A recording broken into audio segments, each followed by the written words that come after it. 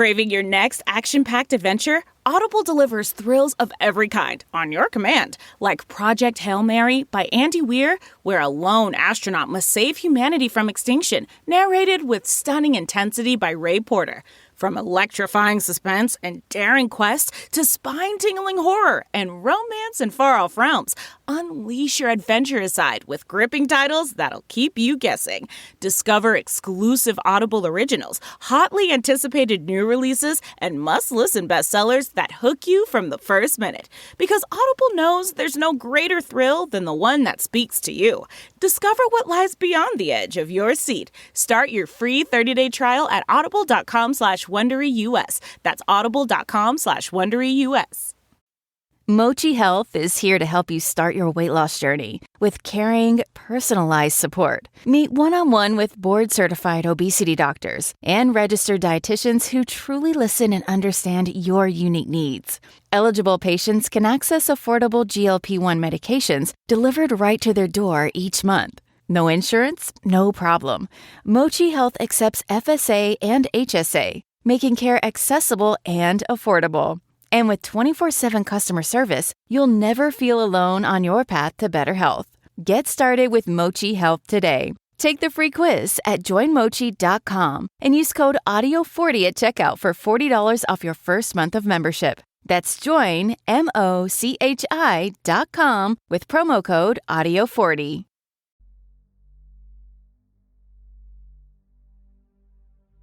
Episode 15 of The Messenger, the Rachel Cancer Scam.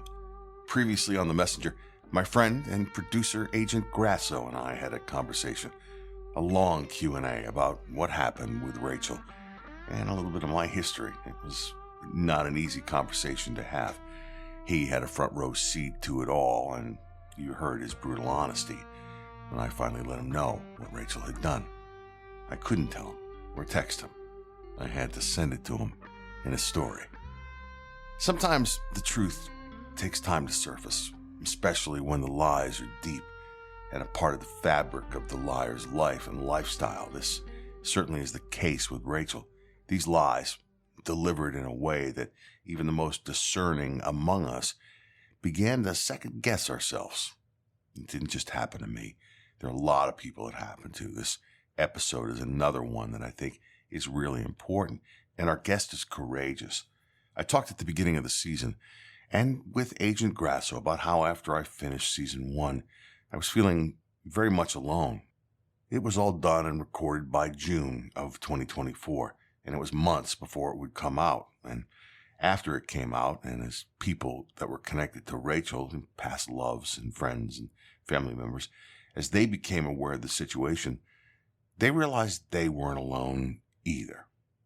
I realized I wasn't in that dark room by myself, right? Today, you're going to hear from the second airline employee to step forward. This is a current employee and coworker of Rachel. She's going to speak out. She's known Rachel as not only a coworker, but as a friend, someone on the inside. Not just from headlines or podcast episodes, but day-to-day life, from shift work to post-shift drinks to what she thought was a genuine friendship.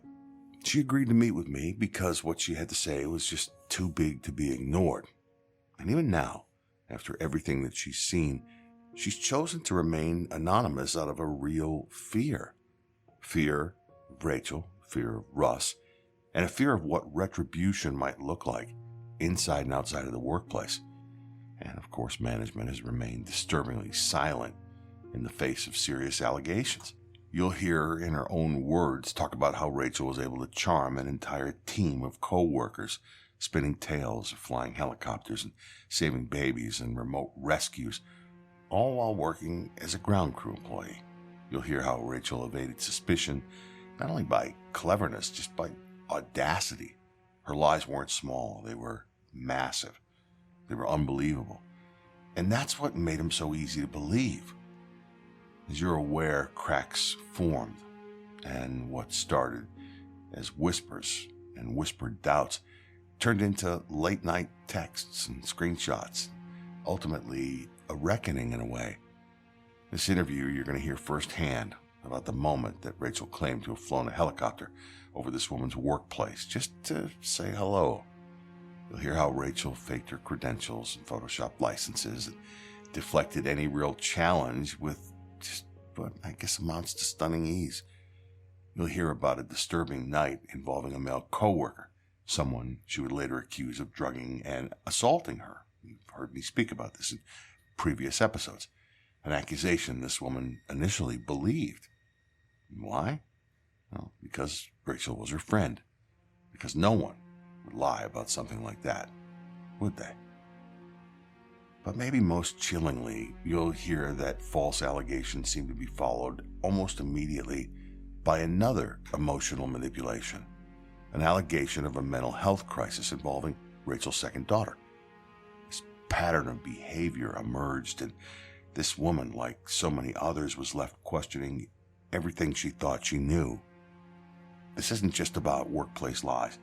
This is about how far someone's willing to go to create sympathy, to avoid accountability, and to weaponize the very institutions that are meant to protect us: hospitals, law enforcement, even the aviation industry.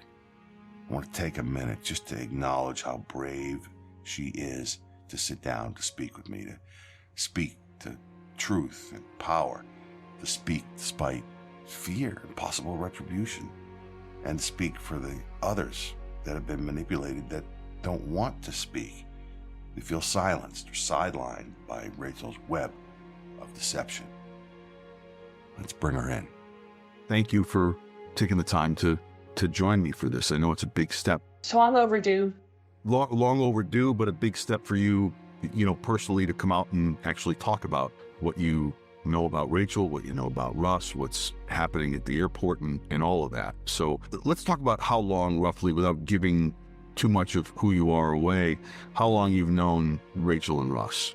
Over a year and a half at this point, I would say. What was your impression of Rachel initially? Were you friendly? Were you taken by her in the way a lot of people can be?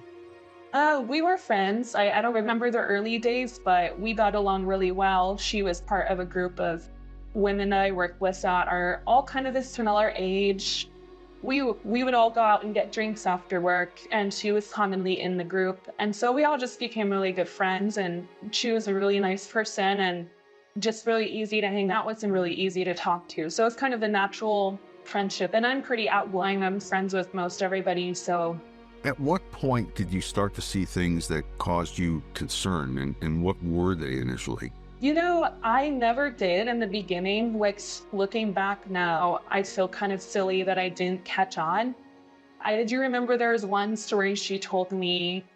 I have a second job, and she was supposed to come hang out with me there. And that night she canceled on me because she was flying a helicopter, supposedly. And that I remember her telling me, "Hey, I'm so sorry I can't make it. I have to work." They called me in, and I was like, "No problem. You know where I work. You can come by me anytime.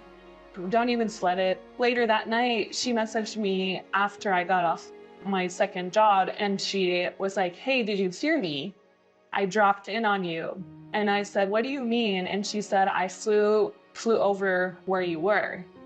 Basically, she flew over my work, and she was telling me, just to say hi. And I was like, "Oh my God, that is so cool. That's incredible. I couldn't believe it. And I missed it. I didn't hear you, but that's amazing, And I believed that. I believed that she flew the helicopter over my work, and somehow I didn't hear her. But that, looking back to me, was the biggest one that I was like, how did I not catch that? I'm the type of person that what you tell me is what I believe. So everything she presented never rang false to me. I just believed it because she was a real friend to me. So I never questioned her. She presents so very well, right? She does. Yeah, she does. And she would come in, I remember in the early days, she would work a lot of weekends and nights, which were quote unquote conflicted with her pilot's job. And so a lot of us at the airport, we just admired her so much. We would always brag about her, like, "It's so incredible that you're a helicopter pilot, but you're also starting at the airport." I never questioned any of it because we have such a wide array of people working with us that have all different qualifications and in legitimate backgrounds. So it's a melting pot of degrees and intelligence and life experience. And, people from other countries, people that are just starting their careers, people in aviation, people that are retired CNC. So I never questioned her. It is a very realistic job that someone at the airport would have a background like that. So we would try to help her and do shifts for her. I've helped her a couple of times, so she could go fly the helicopters, and she would come in the next morning after having worked a whole night shift. And I always remember telling her, if she walked in the door, this is when we were friends, I was like, wow, you don't look like you worked all night. You didn't sleep at all. And now you're going to work a whole, day at the airport. I just was always so in awe of that. And she would have kind of laughed it off like, yeah, I'm really tired, but it is what it is. We just kind of accepted what she presented because she was so nonchalant about it and there was no reason not to believe her.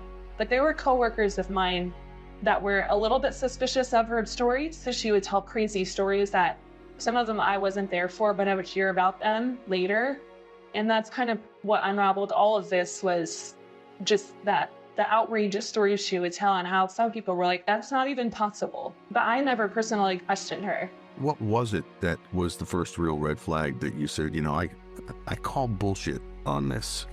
When someone sent me the link to your original podcast on SoundCloud, that was the first review. That was the first one, because the whole time when you have a friend that you're close with and you confide in them things and you care about them and you trust them, your brain kind of doesn't see that. I almost equate it to, I guess, love, because sometimes you look the other way because you're so blinded by your friendship with that person.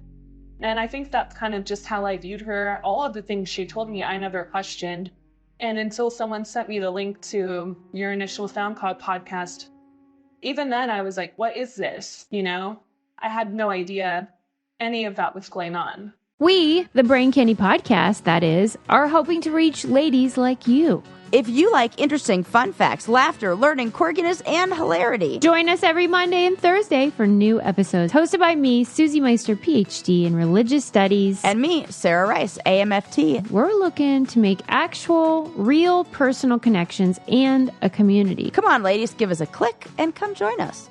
You and I had a conversation, which we can look at now and kind of laugh, but, you weren't friendly. You were very standoffish. She was a friend of yours. Obviously, things weren't right. You knew it wasn't right, but you didn't know whether or not I could be believed at that point. I guess that's kind of a bummer, because I believe more now than I do her. There's just so many lies.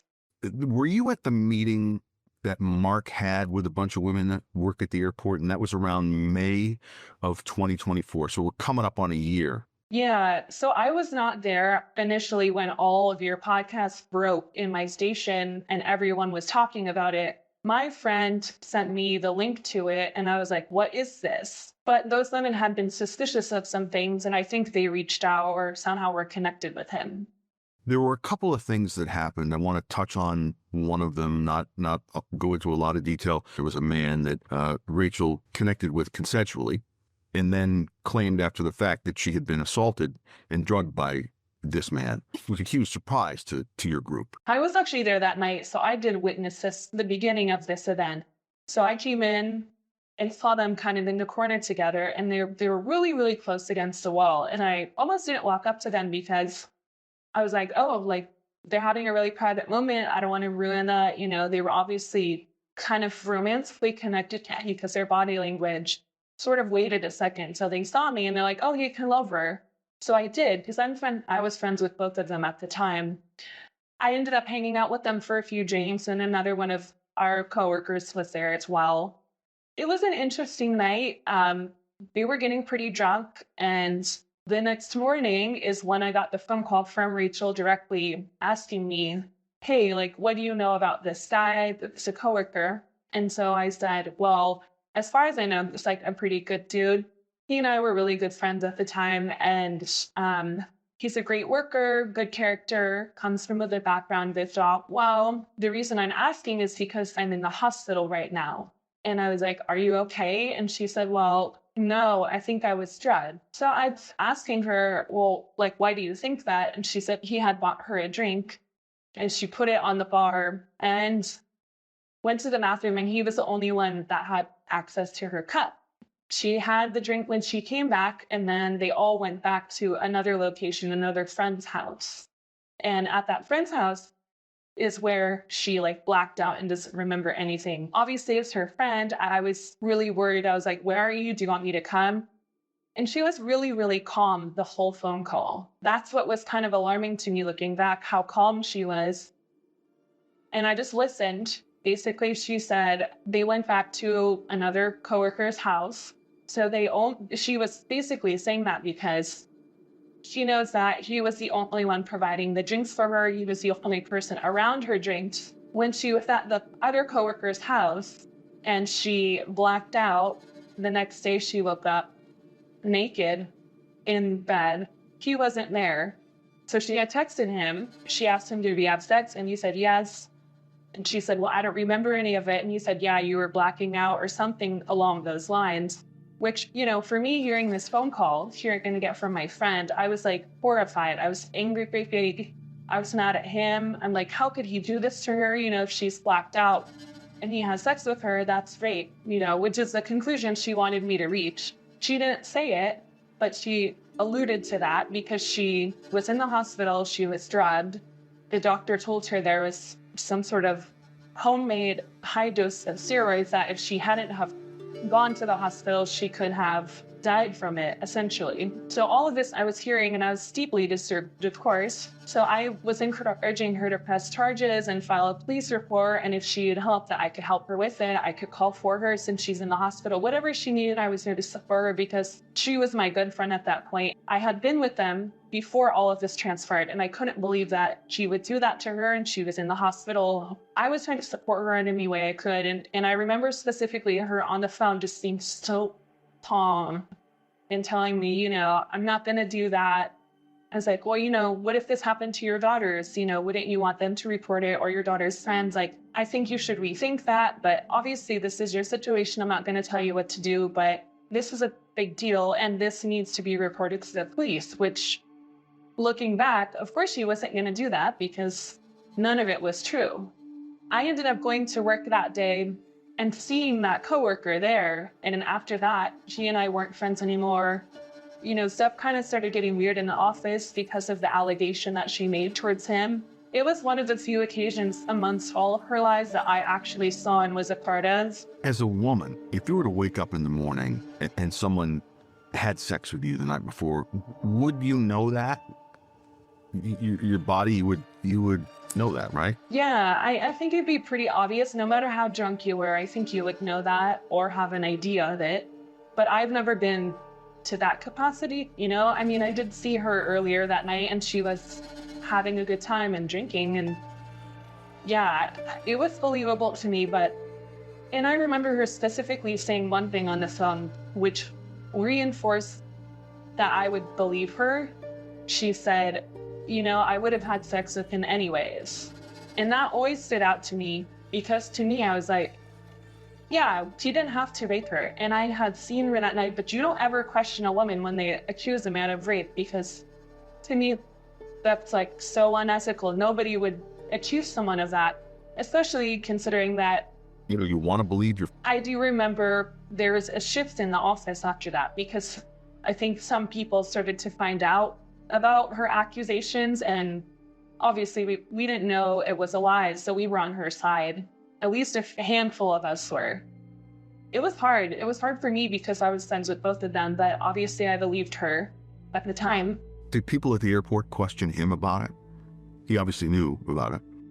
No one said anything to him. And in light of everything that has come out with your podcast, and he's long since gone, but I saw him recently and I was talking to him and I apologized. I was like, I'm so sorry for believing her. I should have said something to you. And he's like, I wish you would have came to me and told me because then I could have told you that it wasn't true. And at the time, I don't know if I would have believed him because I was so, her and I were such good friends. I was going to be on her side on that. And I think she knew that.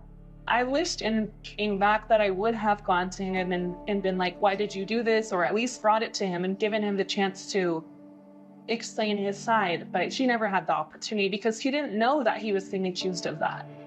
She's so convincing.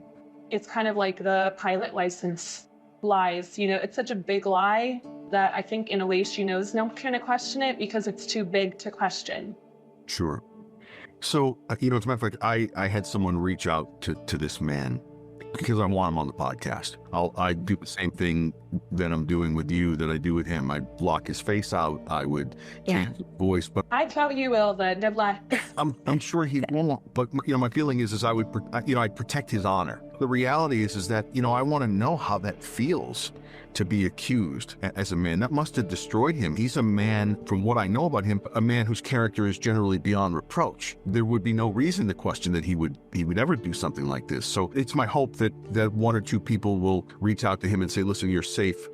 Your identity to be protected. I just want the people to hear what she's done. The thing with her and what this podcast has become, initially it was my story. It was just me telling everyone about the cancer lies and about the lawyer and about being a nurse. And after that first season was over, all of a sudden it became a whole bunch of people's stories, right? It was Mark's story. It was Madison's story. It was her sister and the first husband who I found, and Bobby. And then, we just found this Brian she was married to for 3 years while she was married to Mark. And the thing has just blossomed into something that's insane. Let's talk about what happened around that time in Rachel's life. I don't know if I ever shared this with you, but that issue with her and the man happened on May 3rd, 2023, I believe. On May 5th, Rachel went on a trip. She was out of the country. Did you ever know that? I didn't know that, no. That's next level steaming. Her brain surgery that allegedly left her with no memory as she started her final act with me happened on May 5th. The same week, she accuses a guy of rape, talks to you about it, says she's in the hospital, leaves, gets on a plane, goes with Mark across the country. She gets a week off with me because she told me she had a brain surgery. So I said, I'll wait to hear from you. Yeah, I didn't realize its timeline was like that. I didn't know that. There's something else I want to ask you about. I was wondering if her way of recovering from the story of the rape was to invent the alleged of her second daughter. Did that happen shortly after the allegation of rape? Was there, did a couple months pass? Did people realize? Because she recanted.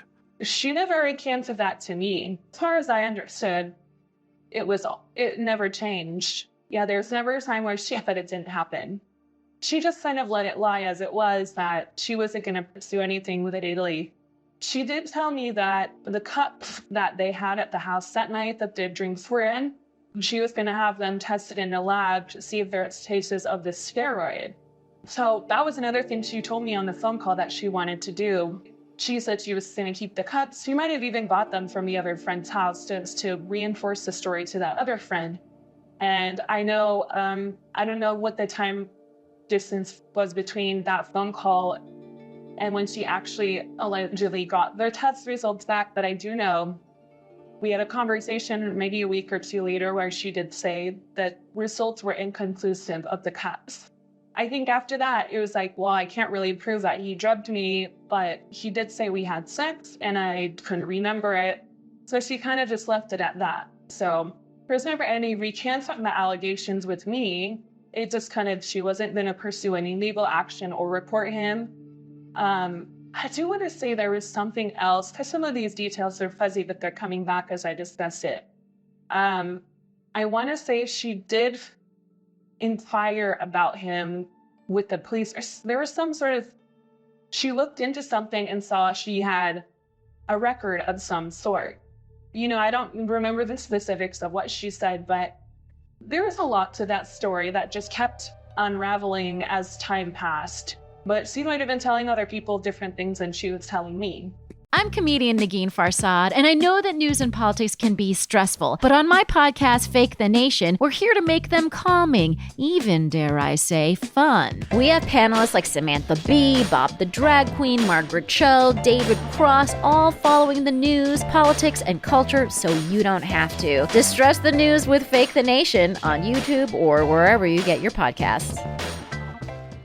Do you know roughly how much time passed? Because I'm thinking that after the rape allegation was made, that her way to recover from that story was to to garner sympathy, perhaps by inventing this alleged of daughter number 2. Do you remember when that came up and how you found out about that? I personally wasn't a part of the group that she talked to about that, so I was not aware that was going on in her life. I do know she did talk twice to me about her daughter struggling with some mental health issues. The only reason she mentioned it to me is because we had plans to do something and she couldn't do it because she had to tend to her daughter. So I wasn't a part of the group of ladies that were, I know a lot of people were helping her with shifts. She was confiding in another coworker the struggles that her daughter was going through, and they were buying her presents, and I think someone bought a sweatshirt, and although I felt so bad for her, so they were kind of more dealing with that. I didn't really get a lot of that information from her at the time. For whatever reason, I didn't really know too much about what was going on there. So I couldn't really speak up on that, although there are a couple other ladies that I worked with that could tell you a lot more. In May, I found out about that group meeting that Mark had with everyone, and that's the time that I heard about, the alleged attempt of that daughter. And obviously I was surprised, but when he went to the meeting and he told coworkers about what had happened, and that, he showed them pictures of the prom and other pictures of this young girl not in the hospital, the girls fell apart. One of the biggest stories that was the biggest tip for them that something isn't right with Rachel was she told a story of working one night, and she did some dramatic rescue in Big Sur where a woman had crashed her car and she was pregnant. And so Rachel landed the helicopter somewhere near a cliff or on a cliff in Big Sur and went to the car, cut out the baby from this woman's belly, essentially, because she's a nurse. And she took the baby and took it flew the baby to the hospital, is the story I was told. And again, I didn't personally hear the story, but it was repeated to me. And when she told that story, a lot of the girls that I worked with were like, wait a second, what? This is a crazy story. There's only, a few helicopter pilots in this county, and that's not a realistic story. You need to check your facts. There's no way a helicopter pilot would perform a rescue like that. That's when I think people's wheels were spinning in the office, because that story was just too crazy. And I have a couple of close friends that heard it from her mouth, and they were kind of telling me later, the fact that she could tell these stories so calmly and so matter of fact, as if, I woke up this morning and I brushed my teeth. It's not a big deal. I just rescued an infant last night. That was a big turning point, I think, for some of the people I worked with that heard the story, and it just wasn't adding up. The amount of just bullshit that has come from her mouth in the way of these stories. Yeah, it's crazy. And my coworker started to question her, and they were asking her for proof. We want to see your pilot's license. We want to see your nursing license. And I have a text from one of my best friends at work, and she was the one who asked for that. And Rachel sent her a text, the images of those, and they all looked into them, and they were all false. It was photoshopped. I have it in my phone. I can look at the message, and if you zoom in, you can see that the number is blurry. The names don't match. It's not the same font. And I took student pilot lessons for a while. I have an actual student pilot card, and I showed her a picture of mine compared to what Rachel sent her, and you can see a very clear difference. And that information is accessible, and the stuff she provided to my team when they asked her was clearly fake. And never did she produce those in person. She did and still does to this day, shows up to work at the airport. And it's as if nothing is wrong, not a care in the world. She's, at the ticket counter giggling and laughing, and Russ is up there with her. They don't care. They have not a care in the world, but all of these truths are coming out about her. And I think that's something that really bothers all of my team as well, especially the people who are friends with her that were affected by her lies, is that she can carry on as if nothing has ever changed. And it's shocking. She's been protected. I want to be careful about what I say here. It appears to me that protected by the company. And I'll tell you what I did, and I think you know this, is I wrote, as this story really broke at your work, I took that fake pilot's license. I had the same text message that you just referenced, right? Yeah. And I went, Yeah. I found the nurse, I spoke with her, tried to get her to file a complaint. We found the pilot that license was issued to. He's a kid in Florida. He was 23 years old when it was issued. It's one of the old certificates. Somebody from the county, from the airport called me, and he said that's nonsense. That's not it. And those are old pilot's certificates. And we found this kid. We found his father. I found his mother. Wow. On him, he wouldn't talk to us. He thought we were a scam. Oh, wow. Listen, this is what we're doing. This woman is using your certificate. Yeah. So it was, by the way, it was issued when he was a kid 20 something years ago. So he's probably 40 now at this point, is what we figured out from the skip trace I did. Nursing database is also public. So the first thing I did, I found this woman, and then we began to track her down. I know exactly where she works. I've got her phone number, and we talked 2 or 3 times. She just, I think, like the man who was accused of rape, like, others that Rachel has scammed, people don't want to be in the middle of this mess. Right. Yeah. So they disappear. I had a great conversation with her first husband, Todd, who was articulate and smart. And he was a cop and a prosecutor and is now an attorney and was all ready to go. And then all of a sudden he just ghosted me. It just went away. Yeah. And It's weird. It's the Rachel effect. It's so bizarre. It happens even in our workplace too. People don't want any part of it. They're uncomfortable. They understand she's not well, she's not stable, but they don't want to get involved and they don't want to tell their stories. They don't want to stand up to the company because the company protects her too. When all of this broke, the company was very aware of what was happening with her, and she started getting preferential treatment. She would be put inside at the gate all the time because their perspective was like, well, she doesn't feel comfortable outside with everybody because, there's a lot of downtime when you're outside and, you're waiting for the planes to arrive. And they said, well, people don't really want to be around her. They're uncomfortable. So we just figured it's easier for her to be inside by herself, which is a position that people prefer to do. So they're giving her a better position because they don't know how to deal with it. But in that sense, they're protecting her, even though, she's falsifying documents. She's misrepresented herself. She's manipulated her team. She accused another team member of rape.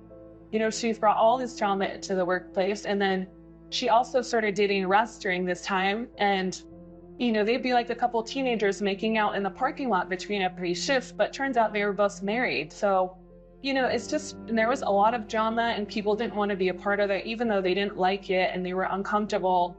They just kind of bowed out from even addressing it with the company or even with you. And I felt like they should have spoke to you and given a little bit more of their information because she did so much damage in our workplace and she continues to do damage. I mean, I kind of stopped worrying about it because I don't want to give her any more energy than she's already got. And then I think she likes the attention in some weird way, but when they walk into a room, it is extremely uncomfortable still. And they're both, they won't work without each other. It's very rare for them to work a shift alone, but they figured out how to get their schedules. They're on the same shifts, they carpool.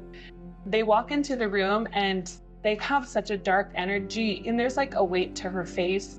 She looks sad. Her hair is breaking off. She doesn't have that charm she used to have because we all know who she is. No one really interacts with her.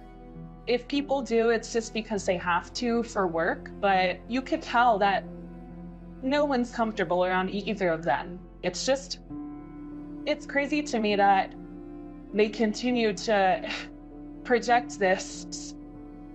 I don't even know how to explain it. It's false confidence.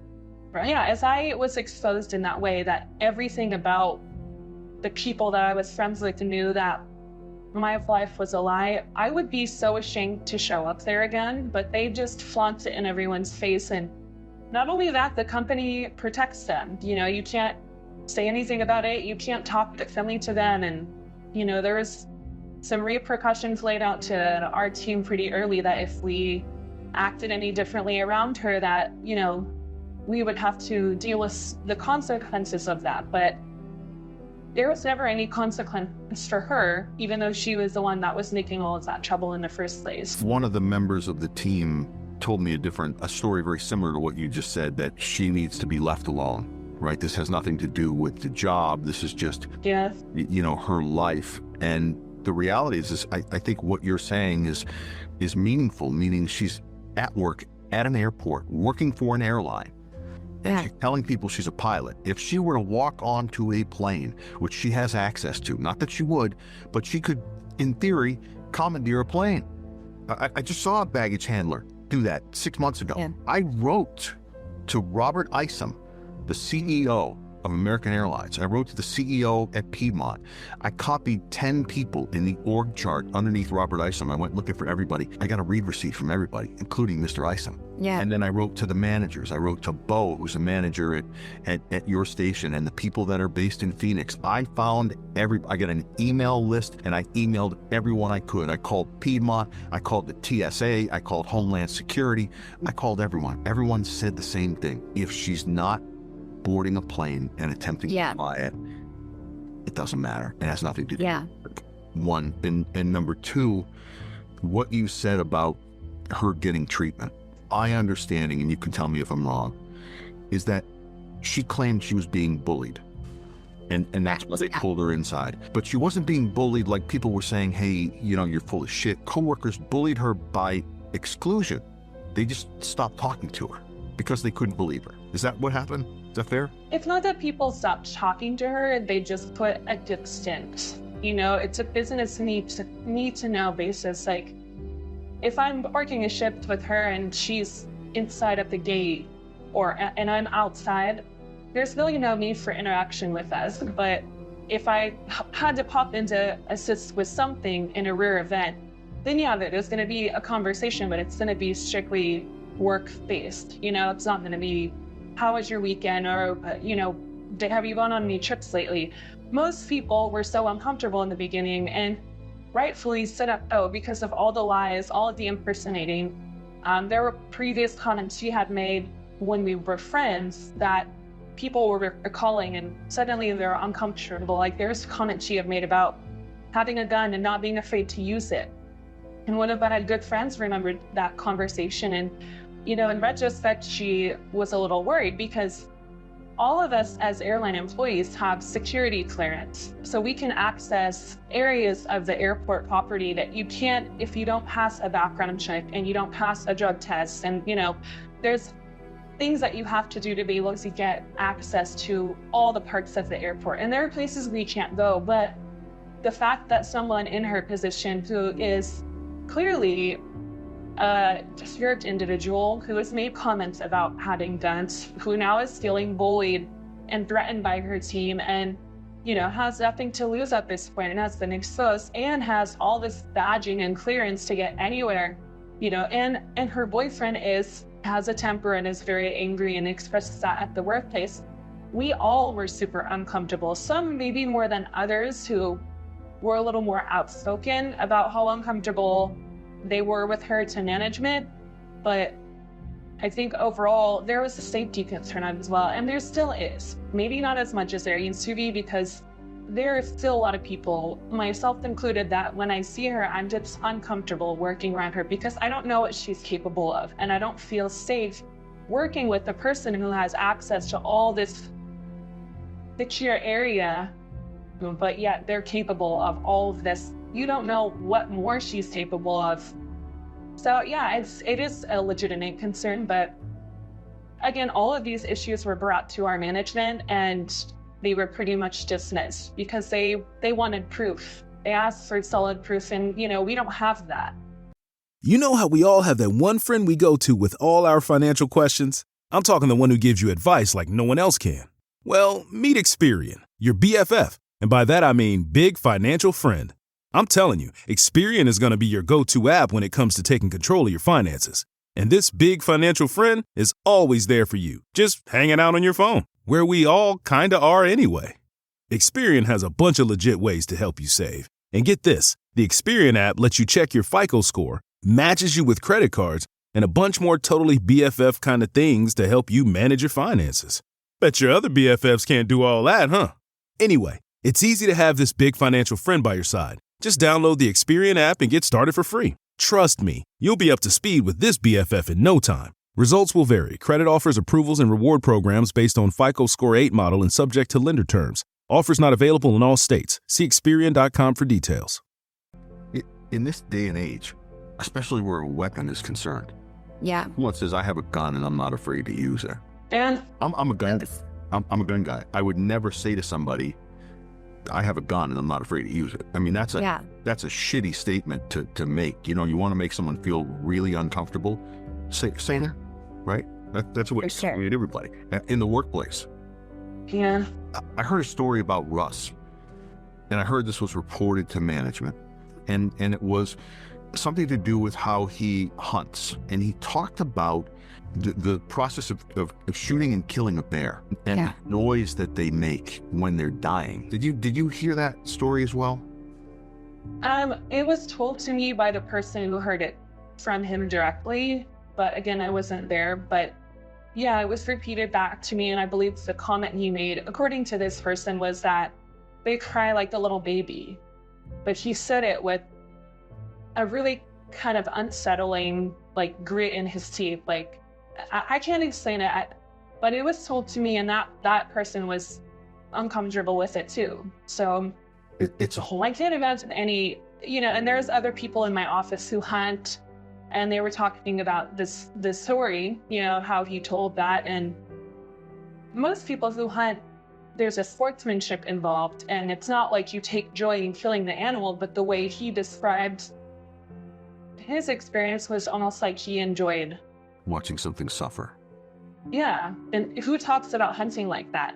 It's very disturbing, and I mean, the people who heard it, they're all disturbed by it, but they don't, that's kind of where it ends. They just kind of tell the story to someone else, and then nothing really ever comes of it. No one ever says anything to them directly or to management about, hey, like, this comment was made at the workplace. And again, these people don't want to be involved, and they're worried about what will happen if they take it to management. And I don't blame them, because nothing really changes. That's the problem, since all of this came out over a year ago. But I mean, it was a huge, huge blow to our station.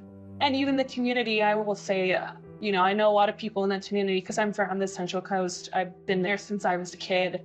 And I work with the public, and have for many years. And people will DM me and say, hey, we listen to the podcast, and they're flying out, and they're like, is she here?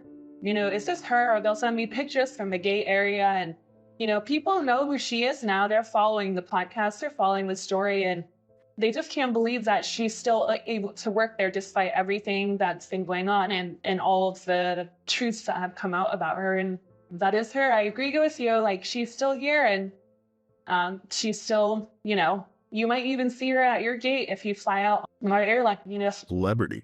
I got a message from someone who works in media for one of the TV stations, and I said, listen, connect me with your news department. This is a story. I'll do whatever. I'll reveal my full identity. I'll share everything. And there's some conversation back and forth, and it died out. But at one point, she sent me a message on Instagram with a picture, and she said, I'm in Paso having dinner right now, and I think Rachel's our waitress. And she sent me a picture, and I thought, I don't think so. It looked a lot like Rachel. I sent it to Mark, and I said, I don't think so. He said, boy, it looks. And Mark is married to her for 22 years. He said, Yeah. So it's one of those. I'm like, just on your television station, please. Let me tell my story to everybody with your gossip, for crying out loud. Are people afraid of retribution from them personally, or from the airline, from management? I think it's a combination of the company and Rachel herself, because, the impression I got in the beginning when all of this came out with the company is that I think they were a little bit afraid of her too, and what she's capable of legally. She's not stupid. This is a woman who's been obviously manipulating a lot of people for a long time. I was only a very small part of that, but I think that they were worried what was at stake if they were to act quickly against her in some way, whether it's a lawsuit or I don't really know the full scope of what she could have done to them, but I think they were a little nervous that there could be something. So I think that's why they took the protective route with her. Sure. Because I will say, ever since all of this happened, she's in the office a lot with the door closed. So something happens in a fight, she goes in there and talks to them or complains or whatever. I don't know what's said, but she's in there a lot. She goes into the office, closes the door, talks to management, supervisors. It's a very, very common occurrence. I know it happens very often. She's complaining about something or this happened on this flight, and I'm sure they're exhausted by her, but yeah, she's in there all the time with the door closed. So I've cooperated with the police about Rachel because Rachel submitted evidence about Mark. I've touched on this. That was false. Filing a false police report. She's done a lot to get Mark in trouble, and Mark has not had an easy go of it in any way. And I will tell you that the police are sick of this with her, because I'm not the first one to provide information about her. I think that her clock is ticking. And I don't think it's just wishful thinking. They asked me for every single piece of the cancer scam that I had. I gave them doctor's notes. I gave them I invited them to actually take my phone. Damn. There's a program called iMazing. I would have downloaded my entire message history with Rachel. I have enough information between the fraud she committed with Cap Slow, stealing campaign funds, all the other stuff she's done. She ought to be locked up. So let me ask you one quick thing that I forgot to ask you. When you found out about, Rachel and this rape issue, one of the things that happened with me once this came out is I did start to hear from people from the airport. Mark said there's a few people that are going to reach out to you, and everyone initially wanted receipts. The first woman, I don't want to give her name, but she said, how do we know? Like, who are you? What is this? And Rachel at that time had told people that I was being paid by Mark. There's a text message that she sent to one of your coworkers where she said, I have no idea who this man is. Well, she sent me them too. I have it still in my phone. I've saved that thread. Because I sent her, when the podcast got sent to our team, I don't like to believe things that other people tell me. I would rather bring it to the person directly. So that's what I did. I sent it to her and I said, is any of this true? Because, I don't want to believe the gossip in our station. Our station can be very toxic. There's a lot of gossip and there's a lot of mistruths passed around, and a lot of people who don't have the guts to actually trace the origins of a story. But I don't like to operate that way. So I sent it to her and I said, hey, is any of this true? And she told me the same thing. She said, no, my husband hated this guy. I could look it up in my phone right now and read it to you. But basically, she just said, you were a pay person. When you bring something to a friend and you're like, hey, I've heard this about you, and they tell you it's not true, the conversation kind of dies right there. What are you supposed to say? I can't be like, oh yeah, this is true. I know it's true and I know you're lying.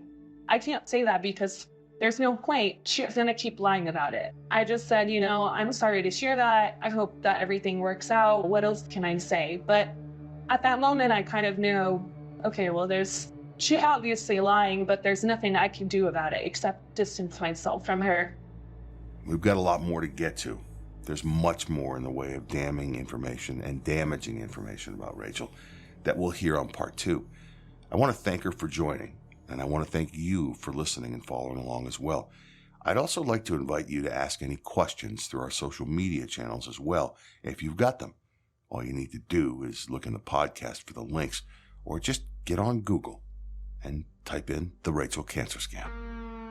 Coming up on the next episode of The Messenger, The Rachel Cancer Scam, part 2 of my interview with this coworker of Rachel's. You'll hear what happened after this woman and others began to question Rachel publicly. You'll hear more about the culture of silence inside the airline, the disturbing role management may have played in protecting Rachel and Russ, and the deeper, darker implications for passenger safety potentially and workplace accountability. Next time on The Messenger, The Rachel Cancer Scam.